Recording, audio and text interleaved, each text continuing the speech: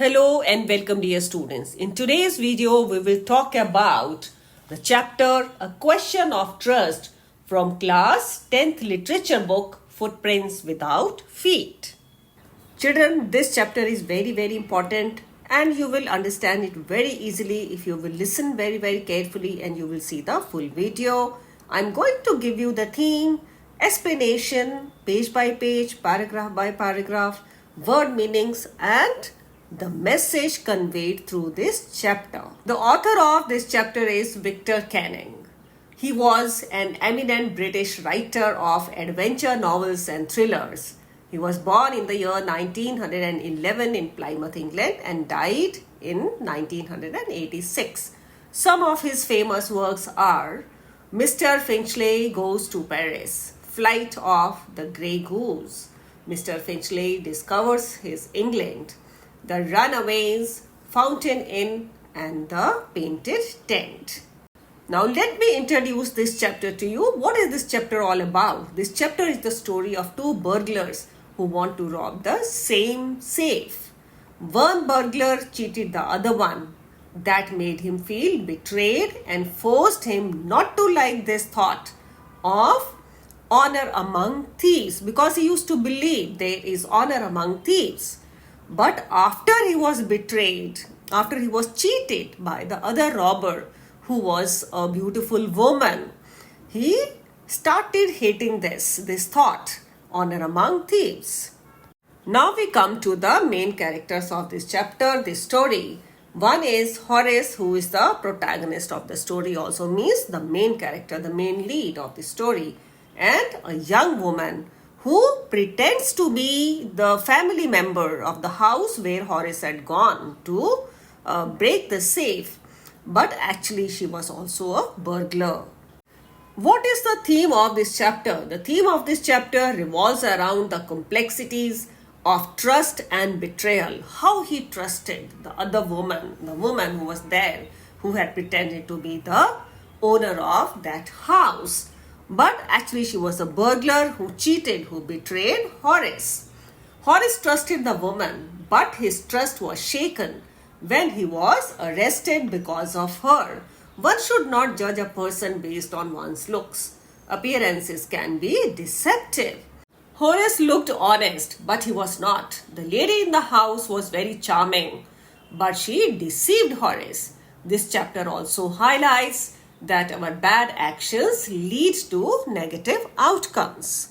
Once again I say, listen very carefully and see the full video. And if you are new to my channel, please subscribe so that you do not miss any video.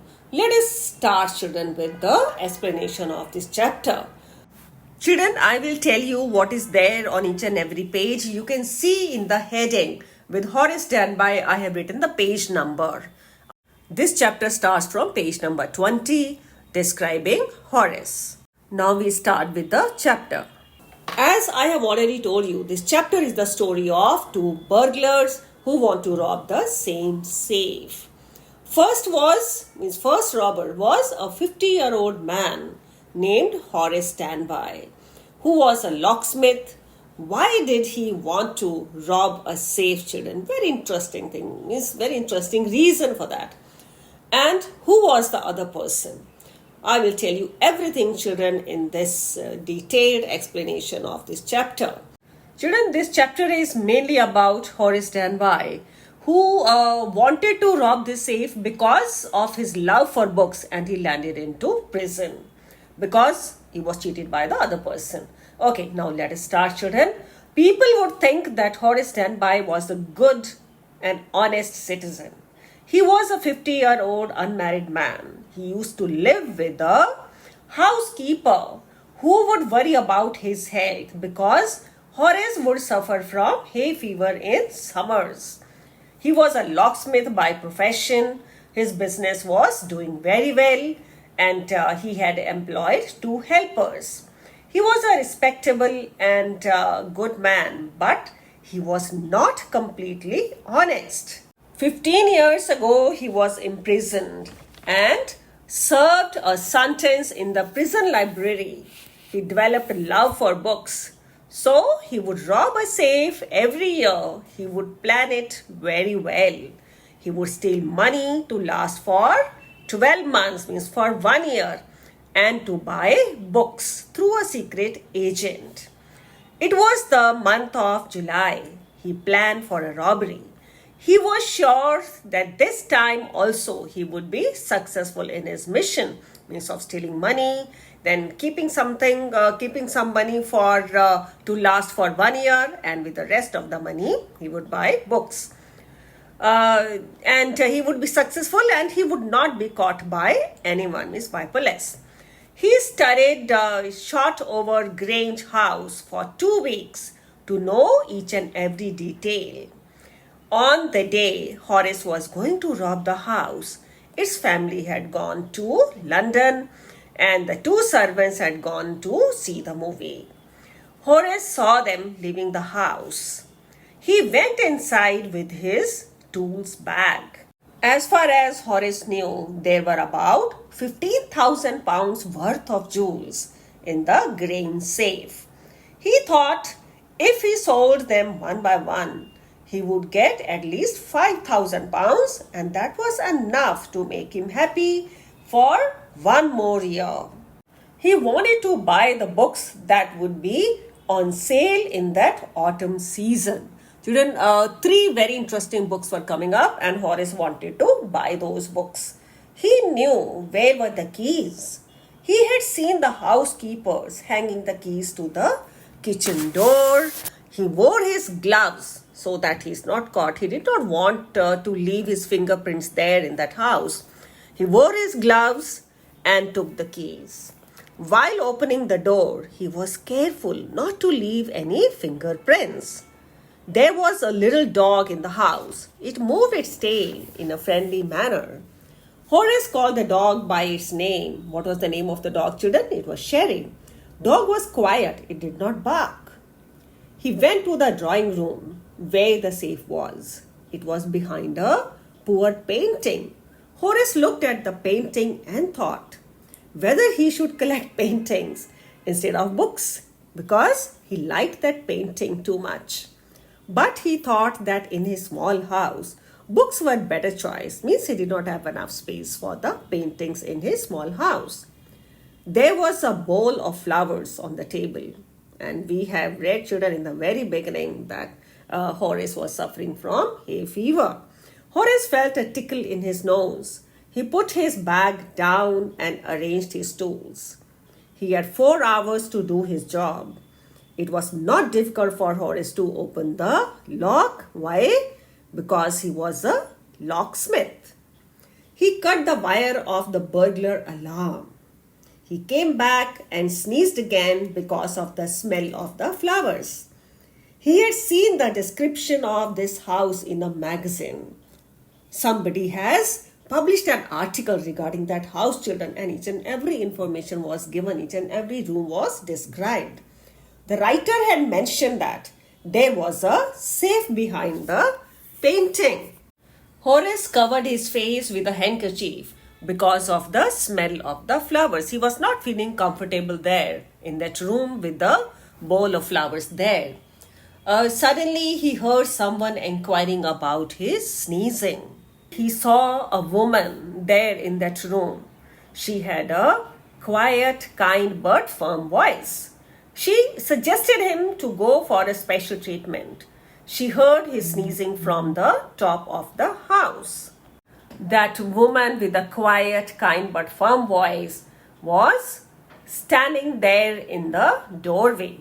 She said that she had come at the right time, and she had not expected to meet a burglar there in her house. Horace also said that he had not expected to meet any family member there. He wanted to run after seeing that woman. When asked what he would do now, the lady said she would inform the police and he would be arrested. Horace smiled and said, oh, he would cut the telephone wires first and then. The lady intervened. He stopped speaking after that. The lady asked if he would harm her. Horace said he was just trying to frighten her, but the lady was not afraid of him. Horace asked that woman it would be better, it would be nice if she would forget that she had ever seen him there, and asked her to allow him to leave the house quietly. The lady said that he had come there to rob her. If he was allowed to leave, he would rob someone else. Obviously, children, because he had come there with a mission. He had come there to rob, to steal something, to take something from that house. That if the lady allowed him to go, then he would rob someone else. She further said that this society must be protected from men like him. Horace smiled at this and said that he was not a man who would threaten the society. He would steal only from those people who have lot of money. Oh, good rule. He made it clear to that woman that he was stealing for a good cause. That was to buy and read books. And he hated the very idea of being imprisoned. Horace begged that woman not to hand him over to the police. He pleaded her to let him go and promised that he would never do that thing again. Means he would never steal anyone. Means he would never rob anyone. That lady came to him and said that she always liked wrong people. She went and picked up a silver box from the table and took out a cigarette. Just to please that woman, what Horace did, children? Horace removed his gloves. That was the wrong thing he did actually at that time. He removed his gloves and offered her his lighter and asked her once again to allow him to leave. That woman was very clever, children. She agreed to what Horace said, but she wanted a favor from him in return.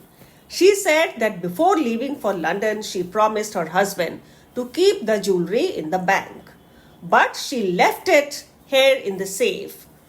She had to attend a party that night and she wanted to wear that jewelry.